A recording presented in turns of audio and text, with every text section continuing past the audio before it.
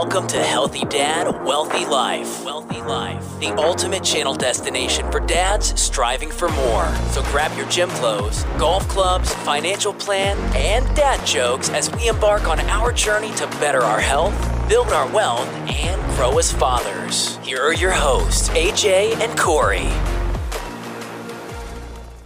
We're live. We're back. We had an extended, this is the longest we've gone without recording. Yeah. Feels a little weird.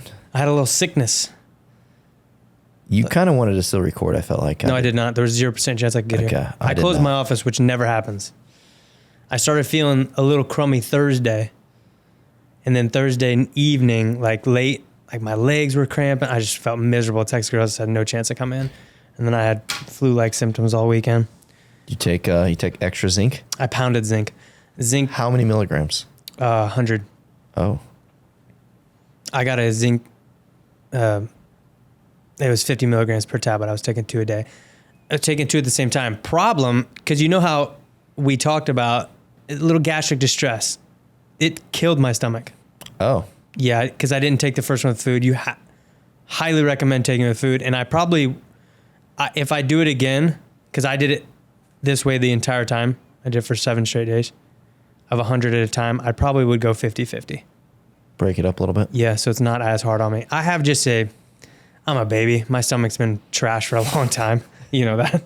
I can't handle that. So it just tore me up, honestly. So eat food is the... Yeah, you have to take it with food. I will say At least for me. I fasted this morning. I took my vitamins and I had a black cup of coffee and my stomach was not in a good place. I just felt like I needed... I guess the vitamins technically probably break your fast. That's a good question. I have to look that one up. I doubt it. Fish oil does, right?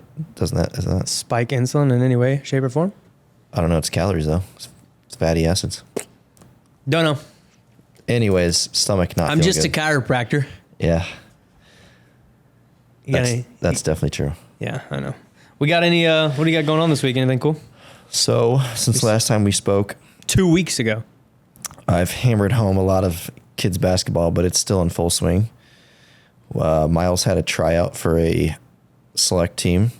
Still haven't heard back. He is he's pretty good. Yeah, he's good. I'm giving him every tool I know how to make him. I know. I followed on social media. Yeah. He's got another tryout tonight. I'm opening up the doors of Civic Memorial for a private tryout. Ooh. Yeah. That's about all I can say about that. So we'll see. We've got a coach coming here from 40 minutes away. Nice. With his kid. Cool. Yeah. He goes, "You got access to a gym?" I said, "I do." Did you sign some waivers for that? I did not sign any waivers. It's fine. Great. Well, I can tell you we're not the only ones doing that. Anyways, so we had the tryouts. One thing I wanted to say is whenever I didn't, once again, I'm trying to get my kids out of their comfort zone in order to grow and out of this bubble that we have here. I think that's important. Yeah. Read a lot of stuff about it. And I want them to be uncomfortable. I want them to feel pressure. I want them to, this applies to the rest of your life in business, sports. I think it's only going to make you grow. You're only going to learn how it went the first time or if you did good or what you didn't respond to. Yeah. And I was reading this thing this week. I read this thing called, if anybody's out there listening with some kids, it's called The Daily Dad. It's freaking phenomenal. It's it's kind of based on stoicism a little bit, but it just about being parents. And I read this one that said, letting your kids struggle can be tough at times, but it helps them become tough and independent. Yeah. And I feel like we're in this society kind of where we kind of like to coddle our kids. And baby them. We want to get them the iPad as quickly as possible so they'll just be quiet. Guilty. But letting them suffer a little bit, let them struggle as long as they're not, in any harm's way, then I'm trying to get better about that. So yeah, I like that for sure. So I think that's about all I got for that last part that you added, though. Just in general, a little hard when you have a kid. You're out. One of your kids is young or something, and they start to act out a little bit. Sometimes I find myself. This doesn't happen often. Probably maybe once or twice ever. Just kind of giving in to whatever they want at the time, so I'm not embarrassed in public. This just happened last Saturday. And then we get in the car and I'm like, what? That is never going to happen again. And I think I just feel like as a parent, sometimes you have to give a little bit in a certain time or place just to maybe teach the lesson at a later time. So you're not, I just don't like being embarrassed in public. Yeah, Cam had his worst outburst probably ever as a kid at his last basketball game. And Sandy was there, and I'm coaching, so I have to coach the other kids. And I was like, "Get out!" I was I was ready to explode. I was like, I just let him do his thing with his mom. We got in the truck, didn't say a word to him, got home. I don't think he's going to be acting like that next game because it was bad. I mean, I let him have it. He was up in his room crying for a long time, but I was like, that's what I wrote this for, because it hurt me a little bit. I didn't want to do this. It hurt. I felt bad I told you the one time that I got on Colby for being late for school and making me late for work. And I felt so bad that I had to go up and pull her out of school. But I needed her to know that sometimes that's unacceptable. And you have to she has to be uncomfortable in that situation, be a little sad to understand that you can't do that. And then you can grow, and it's just going to make you become a better version of yourself. Yeah, I got told that I was a bad dad, and Dad's always mean to me, but hey, this is the worst day ever. Yeah, it happens all the time. Yeah, it is what it is. That's all I got. What about you? Well, my sickness transferred into the girls' sickness. They didn't go to school all week this week. All week? Yeah. Colby could have gone back today, most likely. She's been fever-free for about 48 hours. But, I mean, at one point in time, they were both running 105. Oh, wow. Yeah. Just alternating Tylenol and Motrin or what? Yep. And they got on I got them into the pediatrician day 20, less than 24 hours after they spiked a fever, because it spiked high. So I was like, I'm just going to get it checked out. And tested positive for flu B. I only got Colby in. Kennedy wasn't sick at all yet, so I got Colby in. She tested positive for flu B, so they gave her Tamiflu because it was in that 48-hour window. And then Kennedy got sick right afterwards, so we just assumed that she also had flu. So we were pumping Tamiflu, both of them. And I've never done that. Yeah, they're good now. I think Kennedy was still a little crummy last night and this morning, but she's back to about 95%. Colby's pretty good. She was pissed that she didn't get to go to school all week. 105 is high. That starts getting a little bit of the the panic. Now that we said that, I kind of wanted to talk about fevers today, because that's really 104 to 105 is kind of like you get scared, but they've talked about this like brain damage happening. I don't know if you ever heard those. Oh man, myths. You're going to have to tell the people now, because you can't. I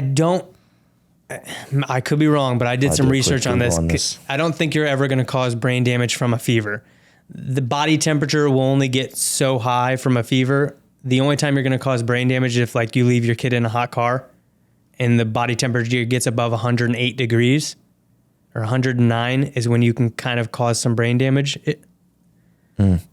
Just a quick Google search from Medline Plus says 107.6. Generally will not occur unless the fever is over 107.6. Is that the brain damage part? Yeah. Yeah, but I don't think fevers ever get that high. I think something has to happen to get your body... Sustained body temperatures of over 106. Yeah, but it's something... Your body has to be in a state, in a warm place to get that high, from what I understood. This one says 108. Yeah, I think that's it. I would be in full fucking panic. I don't think a fever will ever cause your body to get that warm, is my point. It's like 105, 106 is like really the peak that a viral fever will cause. I'll be doing, what do they say, like lukewarm bath to break your... Yeah, they used to wrap kids in ice, which is not a thing anymore. Like they would put you in an ice bath. Just do the opposite. Which I think it shocks your system. I don't think it's good for you. I'm sure the temperature will break, but I'm sure it's not going to be good for your... Yeah, so it got you get a little nervous at that point in time, but they do well. We alternated Tylenol and Motrin, and they did fantastic. How often? How many hours? Tylenol's every 6, Motrin's every 4, or vice versa. I don't remember. I think it's 4 and 4. No, I think it's one of them's 4, one of them's 6. I don't know. The kids' Tylenol I know is 4. Then maybe Motrin 6. I'm not sure. Either way, we don't care. We alternate every 2 hours if they're sustained at that high. Yeah. But you don't. So again, I don't give medicine with a fever. A fever is good for you. A fever means your body is fighting the virus off. Once it gets past 103 is when I start giving medication. under 103, I do not give my kids medication. So you're telling me 102.6, you're not pulling out the Tylenol? I don't. Can't say that I'm that way. Now, if it's one, I would Now, say 101 is kind of like where I.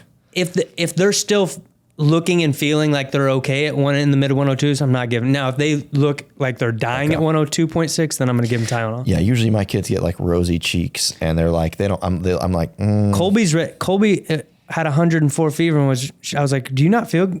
Are you okay? And she's like, yeah, I'm fine. What are you talking about? I'm like, you are burning up. They just doesn't affect them. Yeah, my kids aren't like that. It's a good point though. Those girls are tough. Cam responds better to Motrin for whatever reason. I don't know why. That's fair. I screenshot something now that you bring that up. So Colby, now this has nothing to do with fevers, but not being able to go to school. Colby got asked to be a Bethalto East buddy. You know what that is? I think Cam said, Sandy's going to kill me when she listens to this, but because I think he did, yes. It's a Bethalto buddy program. So I believe it's a way to help students get to know other students and transition into Bethalto East.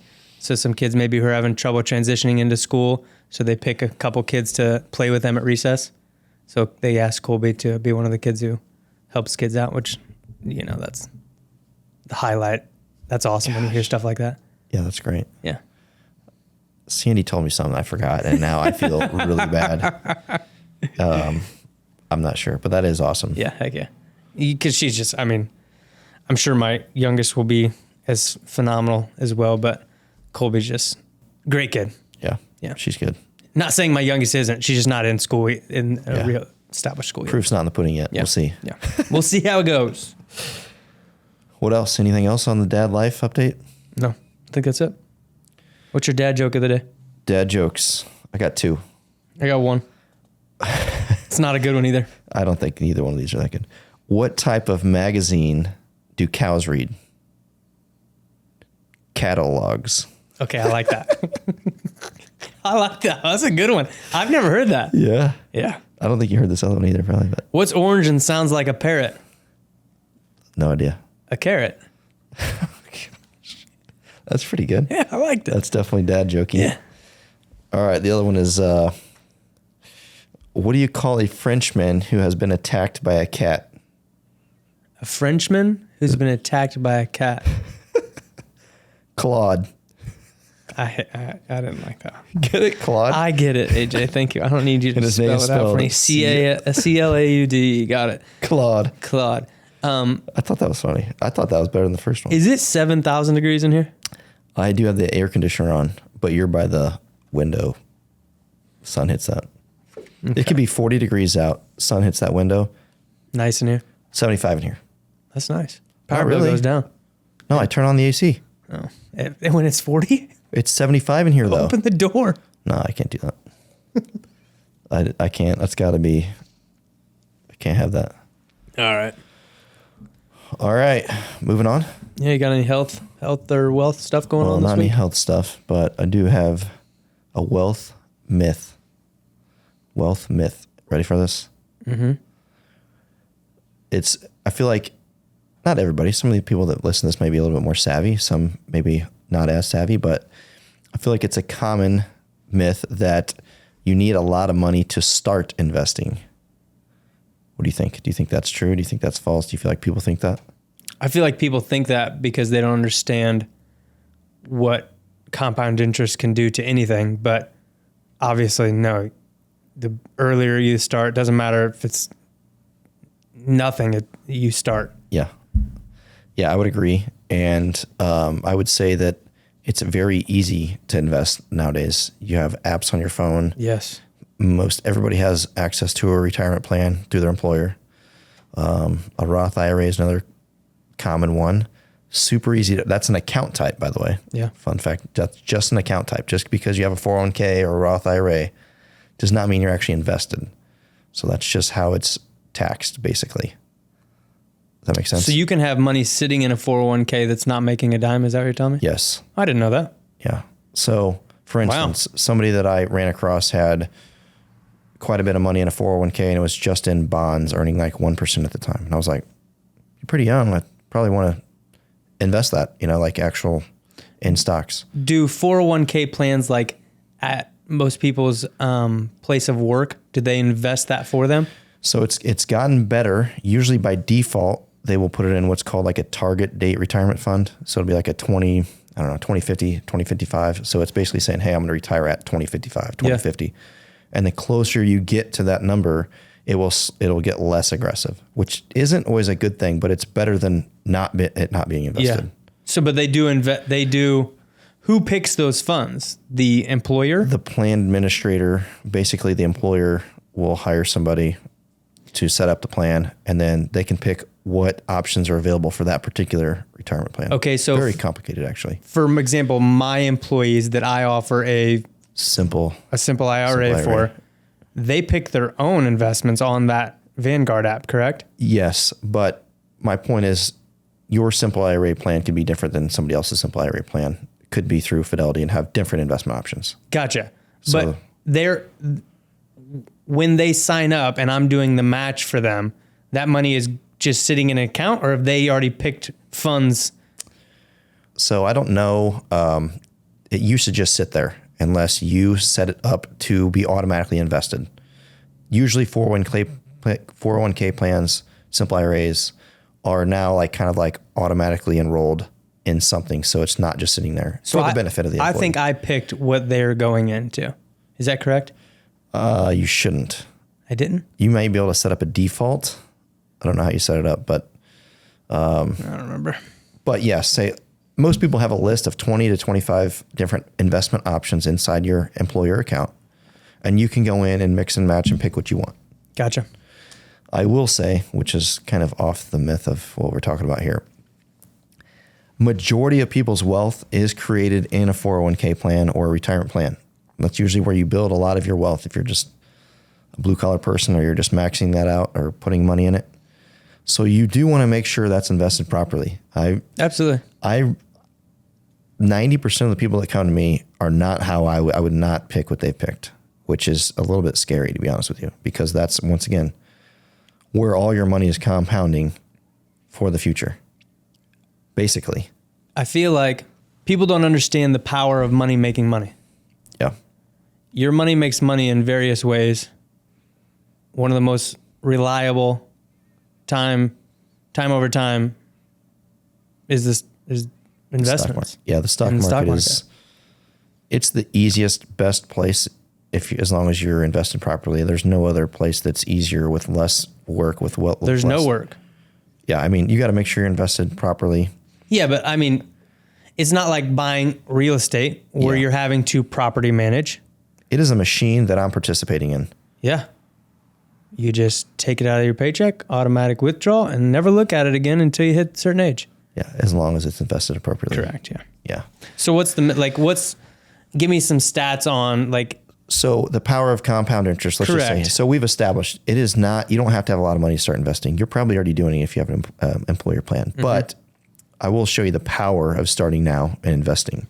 So if you just cut out, I just use this as an example so nobody might get a little backlash on this, but $7 cup of coffee per month, which is not true. People get way more than that. I would say per week with 2 or 3 minimum. Yeah. Per month. So that's 12 cups of coffee per year. $84 a year. Yes. From Starbucks, Scooters, wherever you're going. So if you compound that for 40 years, once again, I am using bigger numbers here just to kind of. But if you start at 19 years old. Yeah. Or 20 and when we retire at 60, that's a 40 years. This is just to make an example. Yeah. 40 years, the average of the S&P or the stock market's done over 10%. So I put 10%, it's $44,268. You said $268. Okay, so I just want to let you know. Do you know how much you put in there? You don't have to pull a calculator out. I got it. I do. It's $3,360. Yes. I know. That's correct. So you've earned $40,908.56 in interest. From $7 a month. $7 a month. I mean, that just shows you right there. Now, obviously, the caveat to that is $44,000 40 years from now, not that much money. Yeah. I mean, with inflation, it averages about 3. Correct. But you're netting 7. So I could reduce this and say it's 7. Let's just do it on the fly. So that's 18. It'd be worth $18,373. Yeah. In today's dollars. Yeah. In the future, in 40 years. off $7 a month. Yeah. So let's do some more realistic thing, because I don't think we're going to advocate someone retiring on $7 a month, but let's just pick a college sophomore right now. Okay. And I want them to just get a little side hustle going where they put $250 a month. Okay. Until they're 60. And how old? They're 20. So 40 years at a, 10% interest rate? So I think, in full disclosure, I think I never run assumptions with 10%. I feel like that's a little unrealistic, to be honest with you. Okay, let's do 9. I wouldn't even do that. I would run 7 as a fair, honest projection. 7% return. Yeah. I feel like $250. Create a little side hustle. Go. And you never increase the 250, right? Never. You're doing 250. This is a separate retirement on the side that you just want to have, okay? This has nothing to do with your employers, anything. $250 a month for 40 years. 7% interest. 7% interest. That's realistic. $656,000. $656,000. And you contribute 120 of your own money. Yeah. So you've made $536,000 in interest. Why would people listening to this don't really understand that? Like, oh, that sounds great. I'm like, that is the most realistic thing I can tell you. That's unbelievable. This is real. That's unbelievable. Yeah. It's not made up. Like, all you got to do is make sure it's invested right and just keep doing it. Hey, now keep that number.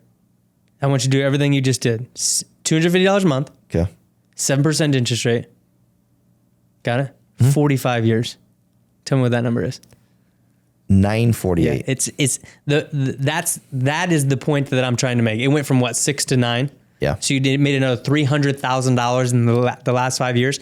The point to this that I was trying to make is, not only do you not have to have a lot to start, the earlier you start, the better, because those last years when that money is big is when that compound interest is compounding off a bigger number, and you're going, go to 50.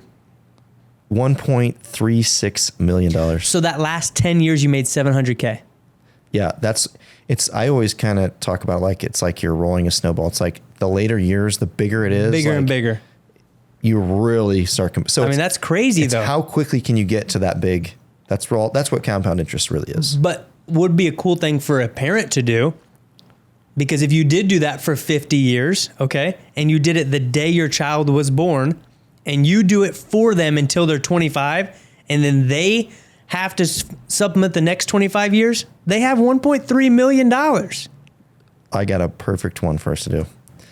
The average car payment is $726 a month now. Okay. This is good. Now I understand car loans are, even though they're getting out of hand. Yeah. The duration. Interest rates and everything. Yeah. 726. Let's treat that like a bill. 726. You want to do 7%? How many years? 30. 726, 7%, 30 years. $885,000. 40 years. That's going to be a big number. I know. 40 years is $1.9 million. So you made $1.1 million in the last 10 years of that. That's the point. You have, I wish you could go into a high school and scream at kids with those numbers, because they would be mind blown. Because I'm telling you, just like you said, the snowball, those last couple years, you're making a fortune, real money. That's why people say the rich get richer is right there, because their money is already so high that their compounding interest is so high that it's unbelievable. They don't have to do anything. I probably used to say that when I was growing up, but now, more studies, the more intelligent you get, the more you read, the more you learn. I'm like, I respect that guy. He got there some way. Yeah, absolutely. There's very few trust fund babies or whatever you want to call it. Especially not in our area. That's what I'm saying. It's no, they've either built something, created something, and compounded their wealth. Or people become millionaires off of simple 401k plans. Yeah. I would say Roth plans. My average client is a blue collar person that saved some sort of contribution their entire life inside of a retirement plan. I mean, that is the truth. And I guarantee you deal with some millionaires. Multiple millionaires. Correct. Yes. And it's really not that hard if you just treat it like a bill. Correct. I think that's what majority of people think. They think, oh, you're worth $1 million. How did you even do that? Slowly, over time, patiently, never looked at it. Done. Yeah, I mean, say you just save $500 a month. I know we're doing this again, but let's say you do get what the market produces, which I don't use, 10%. That would be, if I could sign all my money for 10% now, I would sign on dotted line. For 30 years, that's $1.1 million. $500 a month. That's never increasing. You did $6,000 a year for 30 years. You put in $180,000, and what was your return? You earned 950 grand. Okay. You got 1.13 million. Mm-hmm. But I'm saying that's not increased. Like in 10 years, $500 is not $500. Correct. 20 years, $500 is. Yeah, and you're never increasing it. That's what I'm saying. Yeah. So if you increase it over time, it's even exponentially higher. Just start now. It just takes a little effort. And you don't have to have anything. Yeah. Start with your $7. Whatever it is. Then, you know what? Instead of 1 cup of coffee you're putting in a month, put 2 cups of coffee. I've always felt like, last thing to wrap this side of mine up is, I try to gamify everything. I stole this from Rob Dyrdek. Gamify, meaning like make it a game. How much can I actually put in that account? Like, you know what? What's going to feel better? I'm telling you, because whenever it's like a game and you're competitive, I'm like, how much money could I save this year? Yeah. I'm just going to try it. What if what could I actually put in this account? I mean, and track it. Yes. And once you gamify it, like, I love that word to me, but like, then it's fun. It's like, all right. Because now it's not like, hey, I'm taking away from over here or spending this for a new pair of shoes or something. It's like, no, I'm just going to throw that in there. I'm going to see how much money I can get in there. Do that for 1 or 2 years and see what happens. Yeah. I guarantee it's going to change your spending habits. 100%. So, I mean, doing our challenge for 1 month changed my spending habits. I think about it so much more now. It's unbelievable. I literally, this is going to be ridiculous. Yeah, I wouldn't use numbers. No, this has nothing to do with numbers. I literally, I think it was a Wednesday night or something. And I had something going on, but I'm like, you know what? I don't want to grab food out because then I'll have to pay extra money. I'm just going to go home and have my mom cook me dinner tonight. Yeah. Which, hey, and it just like, I know that's an awful example.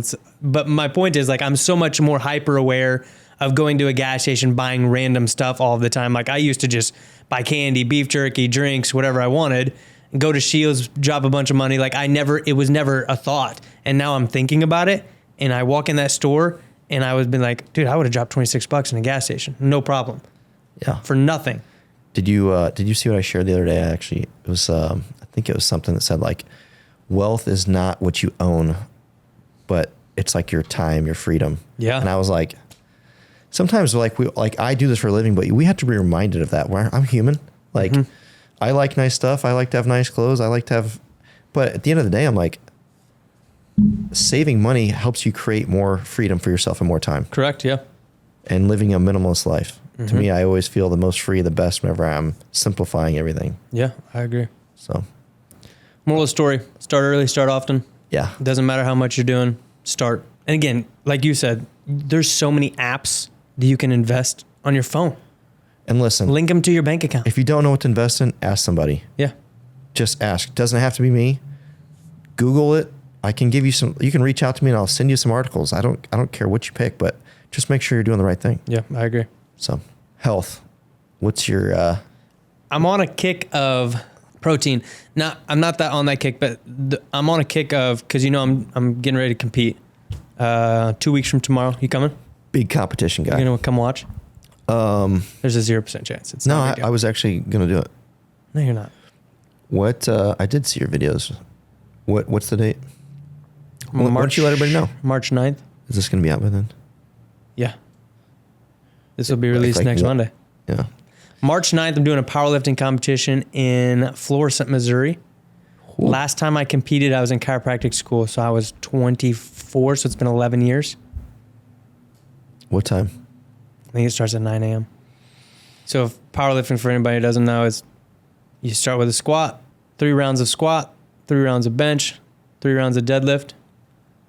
If you miss all 3 of your squat, you're out. If you miss any of your bench, you don't get to deadlift. Really? Yeah, so like you can't go down. So like my opener, if I miss it 3 times, I'm out. You don't get to do any other lifts. Mm-mm. So that's why usually you start with something you know you can get, and then you. So get one on the board. Gotcha. A little bit of a strategy there.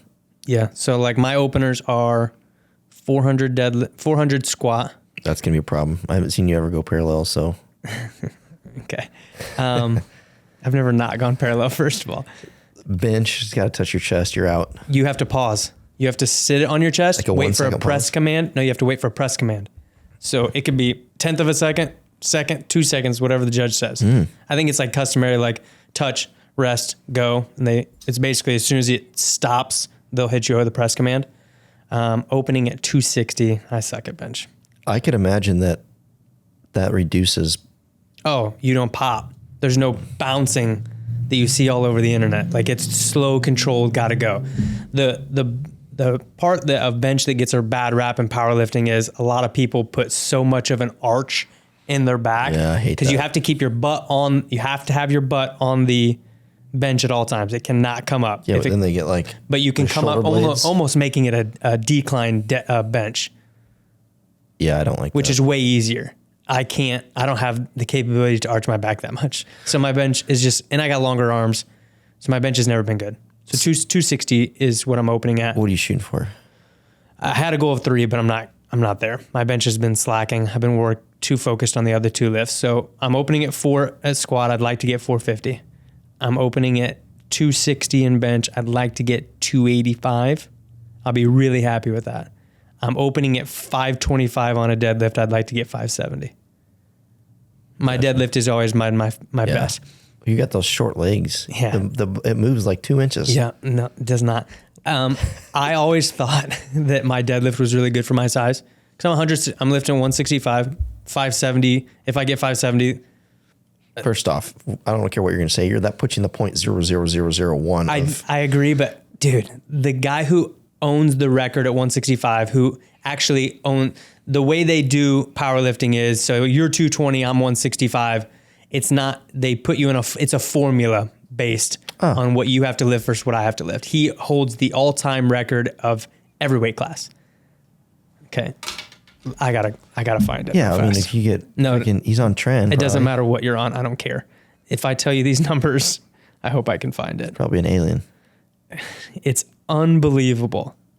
That's incredible. He has I don't even want to hear it. It's so dumb. He has a 440 pound bench, and his squat was, I believe, 770, and his deadlift was like 7 something, right around that too.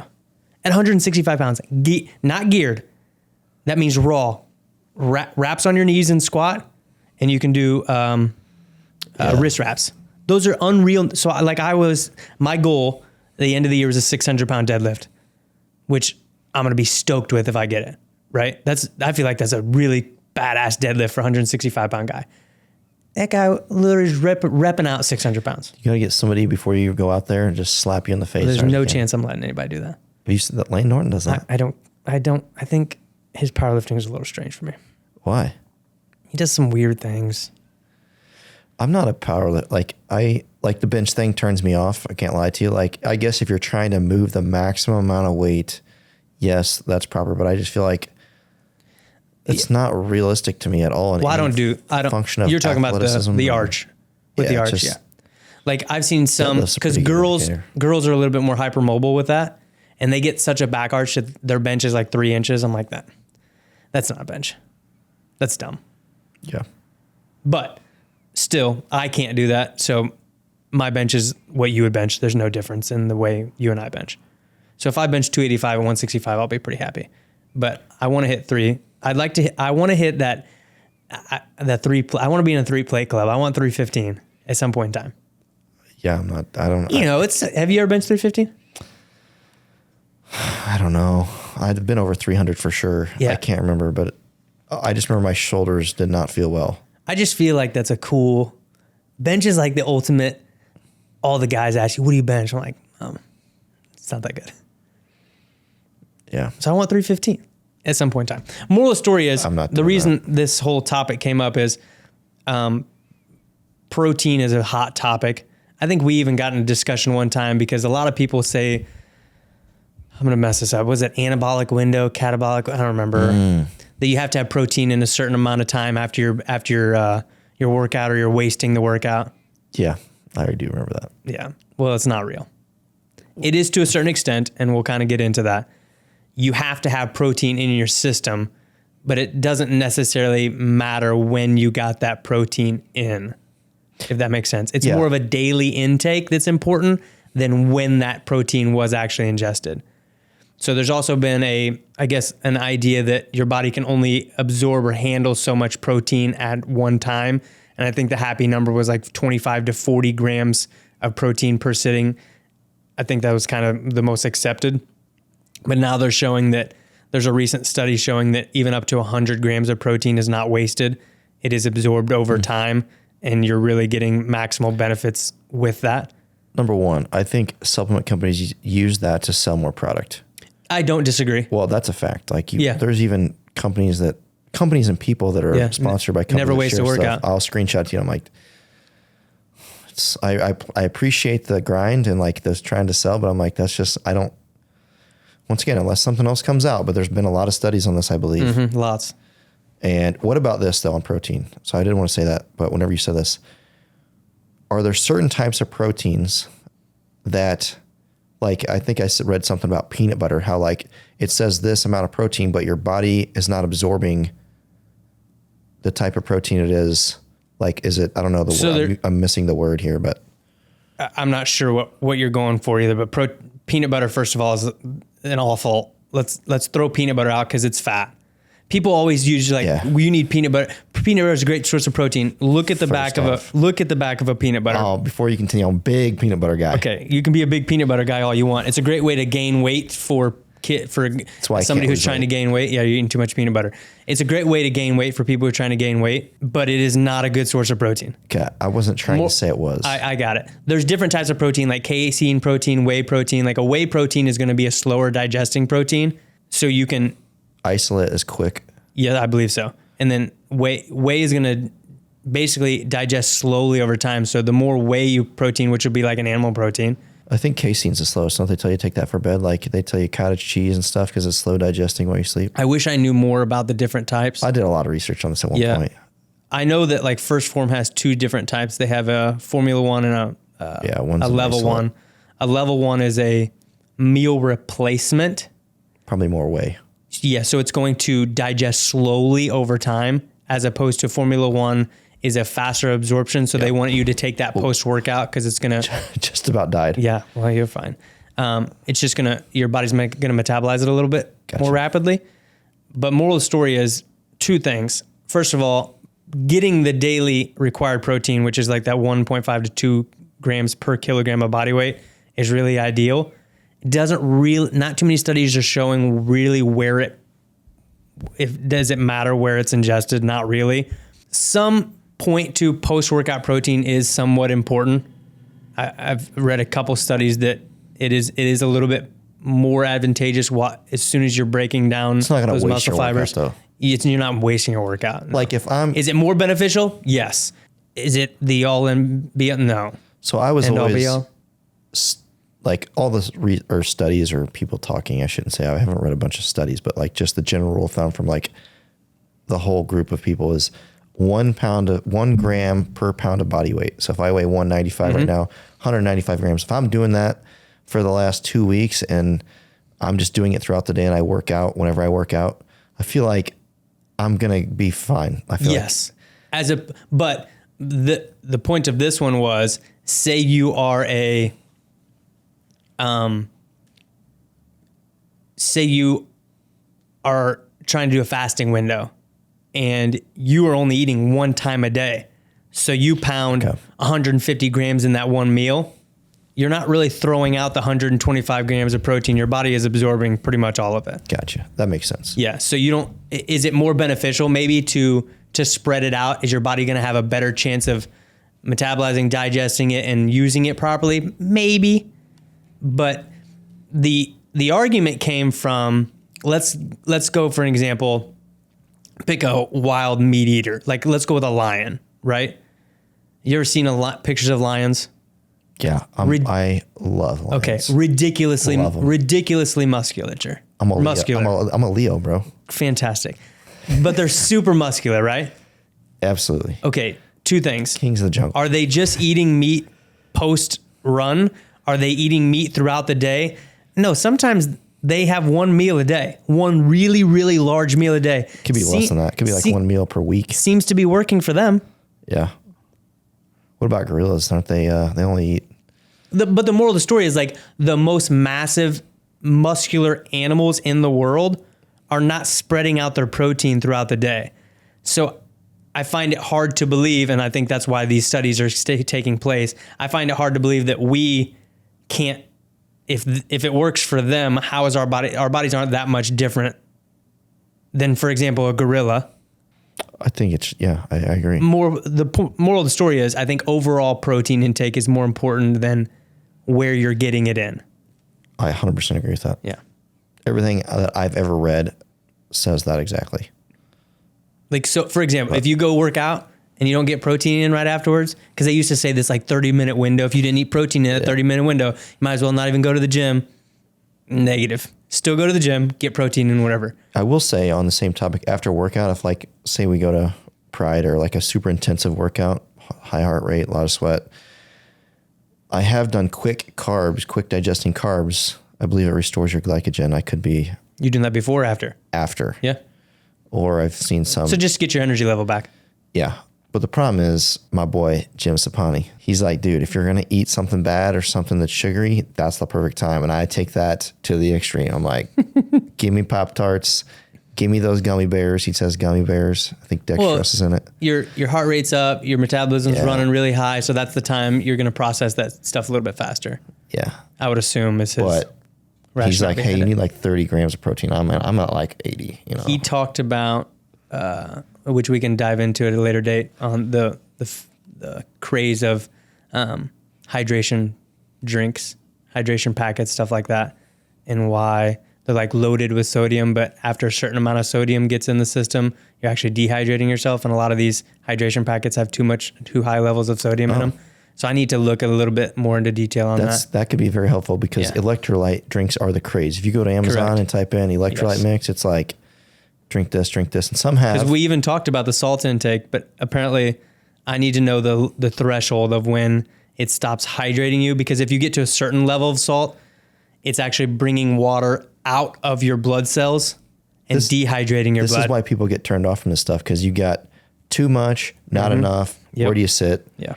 And some of these have magnesium in them. Yeah. And it's the wrong form. Yep. Which either makes you have to go to the restroom. Bingo. Or it's just not a high, your body doesn't absorption rate of that magnesium. So you're just pissing it out anyway. Yeah. All right. So I think that's, that pretty much wraps up the protein, but yeah, I got, I'm 15 days out.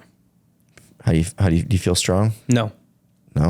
So I hit 525 on deadlift, I want to say like 2 weeks ago, and I pulled it. I was supposed to work up to like 505 that day. I pulled 490 because the most I've ever pulled in a gym was 500. I pulled 495 like it was 315. It felt super easy, super fast. Cody's like, you're not going up to 505. Make the jump to 525. 525 felt like it was the easiest deadlift. It was fast. I was like, oh, crap. So I'm way ahead of where I thought I was. But then I went last Wednesday and deadlifted, and I couldn't move 525 over an inch off the ground. So then I woke up Thursday morning and I had the flu. So I'm assuming, and I was just like, my body was cash. Like I'm squatting heavy and deadlifting heavy. Next week is my heaviest week. No, this week is my heaviest week. Next week I do openers. And then the week of the meet I'm off. So like I squatted heavy Wednesday. I'm benching heavy today. I'm deadlifting heavy on Sunday. And these are my second attempts. Gotcha. So I'm working up to a second attempt. So like today I'll try to get to 270, and then I will try to deadlift 550 on Sunday. But I hope that my body is recovering, because I felt pretty beat down, but I didn't know if it was the flu or if I was just overtraining. I wonder if there's any studies behind this, like, like whenever sometimes you get all jacked up and you're like, you feel like you can just like that 525 you lifted. I'm curious, like if you tracked like what you ate, if you had a bunch of carbs, or I track everything, complex carbs or simple carbs, like. You'll get a kick out of this. The first time I did 500, it was a Friday afternoon with Cody at Leisure World, and I had Chick-fil-A for lunch. So every time I deadlifted heavy for a long time, I forced myself to eat Chick-fil-A because I was like, it has to be something. And something my body is reacting to that, whatever meal that was. It's not Chick-fil-A. Yeah, I know, but it was in my head that I had to do it. Well, all right, we're getting off topic. We'll have to do that at a later date. But I'm saying like the placebo, we've talked about this where somebody was taking steroids and somebody wasn't, and they were actually lifting the same because the guy thought he was on steroids. Ooh, we should do a whole little part on that one. Let's look into the details of that study first. Well, I was saying, like, if you get yourself psyched up, like, you know, it's going to sound super dark to me, but like if somebody's like, you hear these stories, good one, where like a car is on a kid or something and this mom comes up and like adrenaline. Yeah. That's what I'm saying. Like if you could get there mentally before a deadlift or something, I guarantee it works. So I agree. The first time I ever did a meet, the most I ever deadlifted in a gym was 430 pounds, which was 2 weeks before the meet. I deadlifted 470 at the meet. It's because the crowd's there hyping you up, get the smelling salts in you. It's just a different environment and your adrenaline's flowing, you're hyped, you're nervous, and you're always going to lift, in my opinion, heavier in that type of environment. Yeah. I just keep thinking of like, if you could really psych yourself up, like channel something, like something probably dark. You know, for some reason I talk about a lot of dark stuff on these podcasts, but I'm saying somebody's going to think you need help. I guarantee you could though. Like if you're like, hey, this is life or death, you're pulling 40 more pounds minimum. I would agree with that. I'm telling you. But I don't know if I can visualize that well enough. Yeah. Well, David Goggins, man. Like if there was a car on your abdomen and I had to pick it up. I was thinking more like, yeah, sure, use me. I was going to go a little bit. So you'd probably be like, nah, he's good. You know what? I think this podcast would be better without him anyway. Yeah. Leave it there. All right. This was supposed to be a short episode. We say that every episode. How deep we in? 50 minutes. 50? Oh, okay. We got let's go 10 more minutes. 2:17. What do you think about Caitlin Clark? I think she's the female version of Steph Curry. Oh, okay, stop. I do. I mean, like... In what aspect? I mean, what is she not? She breaks. You just compared her to the greatest shooter in NBA history. I said the female version. She has that potential for sure. There's never been another female in college that shoots the ball like her, ever. I don't disagree with that. Well, he's the greatest. But I don't think you can... I said the female version. I'm just saying she's a college basketball player. She's the greatest women's three-point shooter in college history. In college history, yeah. She has a pro career coming. Who's the pro girl who beat Steph in the three-point? No, she didn't beat him. No, it was 2 years ago she beat him. A girl beat him. Oh, I don't know. Who's the girl that you brought up earlier? Sabrina? I think it might have been her. Got some fresh Sabrinas on right now. There we go. Me and Miles are matching. We got new Sabrinas. Okay. Don't know who she is. She faced Steph Curry this year in the three-point competition. She made all of them. I think she started off really hot, and I was like, Steph Curry's going to lose here on national TV. Didn't exactly go that way. He only won by 3 points, which is like... I'm going to tell you with 100% honesty. She shot from the NBA three-point line, by the way. That's impressive. Couldn't tell you a WNBA team if my life depended on it. Anyways, she beat Kelsey Plum. Can you? What? Can you name Can you name two WNBA teams? What do we got? The Sparks? Is that one? You got the Sparks. What's the Las Vegas? Whatever. I just watched one of their games. Kelsey Plum. Big Kelsey Plum. What do you mean fan. you watched one of their games? I watched one. No, you did not. I did. A full game? No, I was on in the background, but I did pay attention. The WNBA is, gosh, it's just not impressive. So, I would 1,000 times rather watch college women's basketball over the WNBA. It is so much better. I've watched Caitlin Clark play 15 games. Yeah. She's in, and I watched a bunch of the tournament last year. I was hyped during the national championship. I was rooting against her because I'm an LSU fan. Duh. Go Tigers. Go Tigers. She's impressive. And watching that game is so much better than the WNBA game. Yeah. Their product is 10 million times better. I'm a big Kelsey Plum fan, though. I don't know who she is, but they're selling. You can't get an Iowa Hawkeyes ticket. Yeah, it's sold out.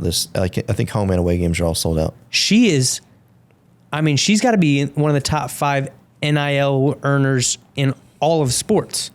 I don't know. I will say this. I know that the game that she was 8 points away from breaking it. So obviously she's going to break it. I think the minimum tickets were like $400 or something. Did you see the shot she broke it on? Yeah, from the logo. For no reason. Did you see her post-game speech?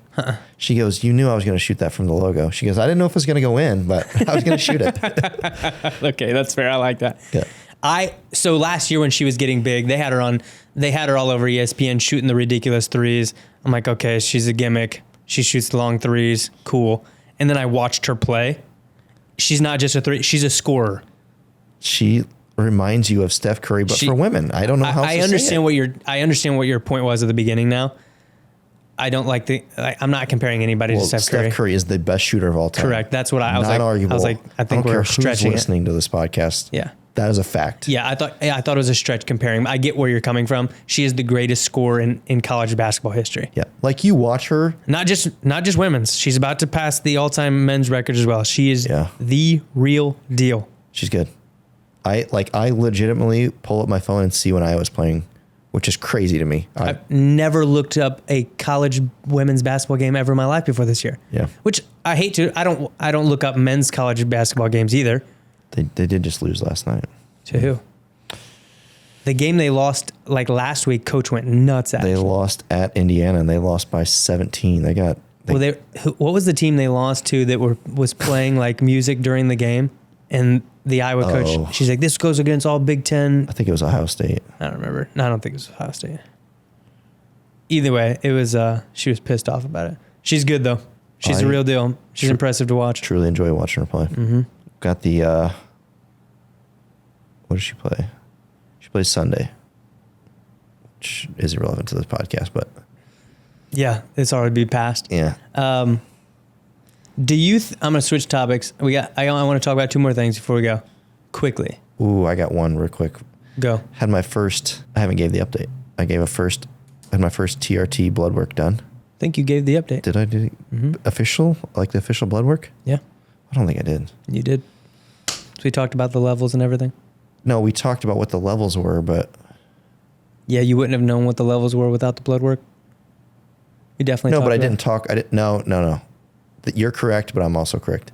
I got my blood work done, but I didn't have my appointment with my doctor for like 3 weeks later. Okay, so you talked to the doc. Yes, so that is an update.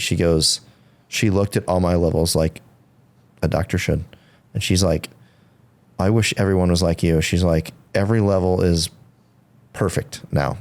She's like. But didn't she ask you if you wanted to lower your test level? No. I thought she said. No, she goes, how are you feeling? I go, like I'm 18. Like I'm 21. I feel like I am. That's how I feel. Yeah.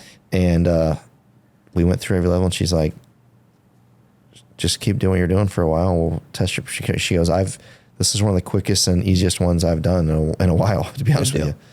So, but every marker was like perfect. Like, yeah. Good. Love that. Yeah. Even if she would have told me to lower it, I would have said no. So here's a guy who's 100% on TRT, also probably pumping all kinds of stuff because he didn't have to test at the time. Old Conor McGregor. Yeah. Do you think he'll ever fight again? I just listened to a Dana White was just speaking. Somebody asked him this direct question. That's why I brought it up. He goes, he's fucking rich. That's exactly what he said. The guy's like, what does that mean? It's like, why? I'm sorry, but he's made it. Dana said, if you were worth $400 million, would you be asking me that question right now? He goes, no. He goes, that's my point. At this point, unless he comes in and puts on a show, it's only going to tarnish his legacy. Yeah. And for him, the risk and the reward, it's like, he's getting old. Like he is. There's no reward. No. None. I don't know that I'd fight with him. Like it depends. If he got Floyd money. Well, it would have to be big time money. If somebody offered $100 million, I'd fight. He would fight. Mm-hmm. But not for the 10 he's going to get. Like Chandler keeps trying to bring him out, but I'm like, I like Chandler. I'm just saying, like, that's not the. Chandler's bringing him out for one reason. For him. Because Chandler gets paid if he fights Conor McGregor. Yeah, I was like. Don't get me wrong. I think I like watching Michael Chandler fight. I do too. He's a dog. But Conor there's no reason Conor should fight. Conor is the draw. That's not you can't argue. Yeah, Michael Chandler's not the draw. Conor McGregor is the draw. Yeah, there's really not a lot of good matchups for him out there, I don't feel like, to be honest with you. What do you think about Sunday Red? we talked about this a little bit. I expected a lot more of Tiger Woods' new logo than what it is. Now it is growing on me, but Like, why not like the iconic fist pump or... They said they should have copied the Jordan logo just with the Tiger fist pump. Why the hell did they not? Air Tiger or something. I feel like Cam drew this logo at school and brought it home to me, and that's what the Tiger Woods logo is. I know, but I'm going to own so many versions of it. I did like the cashmere... I don't care. It's just because it's Tiger Woods. I hate that. I love him so much. That's the creepiest dude. I do. He's the coolest. Not the cool. He's the greatest athlete in any sport, in my opinion. Ooh.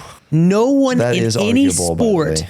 has held a reign like he has. No, I agree with that. He had, they showed a stat. It was like Well, a year and a half. I think Michael Phelps would be up there if that's the case. Usain Bolt. I'm saying, yeah. but Professional sports. I just wanted to like kind of bring it down just a little. Mainstream sport. We'll go mainstream professional, like the big sports. He had a stretch in like 95, 96. I don't remember the exact years. I might be making those two numbers up. It was like a year. It was an 18-month stretch that puts him in like the top 5 golfers of all time in 18 months from the amount of wins, top 10s, and majors he won. Did you see his winning percentage during it was like a 10-year span. It was like unbelievable. Every time he teed it up, how many people make the cut or are competing in the tournament? 140 something. That he was a 50% chance to win. Yeah, it's unreal. That is unreal. He held all 4 majors at one time. Yeah. Anybody who says that Jack is better than him clearly doesn't understand golf. Yeah, Tiger I agree. would demolish Tiger Prime, Jack Prime, 10 strokes on 72 holes. Yeah. The Vegas line would be very bad. Oh my God, minus 17,000. Okay, gosh. His prime was unbelievable. I agree. And I will own every color of Sunday Red. And I hate the logo. It's growing on me. Did you know that every one of the little ticks is for a major he won? Cool. Are they going to add a tick when he wins his next one? Well, or did he give up? Looking very positive. He had the shits. Leave the guy alone. Yeah, he had a little flu problem. He had a little flu. Tested positive for the flu. Actually. Looks jacked.